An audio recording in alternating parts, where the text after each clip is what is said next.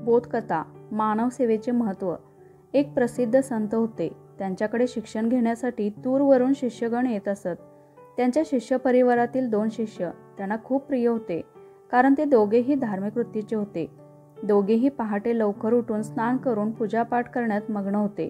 4 तासांच्या पूजेनंतर ते दोघे थेट गुरुजवळ जात व आश्रमात येणाऱ्या रुग्णांची सेवा करण्यास ते गुरुला मदत करत।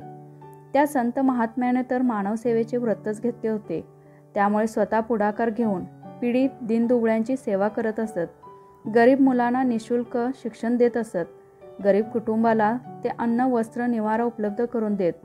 असहाय्य अनाथ व आजारी नागरिकांना आश्रय देऊन त्यांच्या उपचारांची व्यवस्था करत असत। एके दिवशी त्यांचे दोन्ही शिष्य त्यांच्या दीर्घपूजेत व्यस्त होते। त्याच वेळी गुरुजींचे बोलावणे आले, कारण त्या दिवशी आश्रमात रुग्णांची संख्या जास्त होती। परंतु दोन्ही शिष्य पूजा अर्धवट सोडून गेले नाहीत। गुरुजींनी थोडा वेळ वाट पाहून पुन्हा निरोप धाडला। त्यावर त्या दोघांनी नाराजी व्यक्त केली व तेथे येऊन ते गुरुजींशी वाद घालू लागले। तेव्हा गुरुजींनी त्यांना पुढील शब्दात मार्गदर्शन केले, वत्सांनो, मी तर व्यक्तिपूजेसाठी बोलावणे धाडले होते।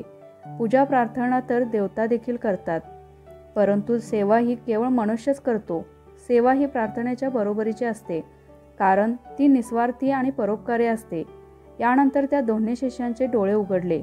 तात्पर्य: ईश्वराची जिवंत कलाकृती म्हणजे माणूस, त्याची सेवा म्हणजे साक्षात ईश्वराचीच पूजा असते व त्या सेवेपेक्षा अन्य कोणतीही पूजा ही मोठी नाही। तर ही होती आजची आपली छोटीशी बोधकथा। अशाच आणखीन बोधकथा ऐकण्यासाठी चॅनेलला सबस्क्राईब करा।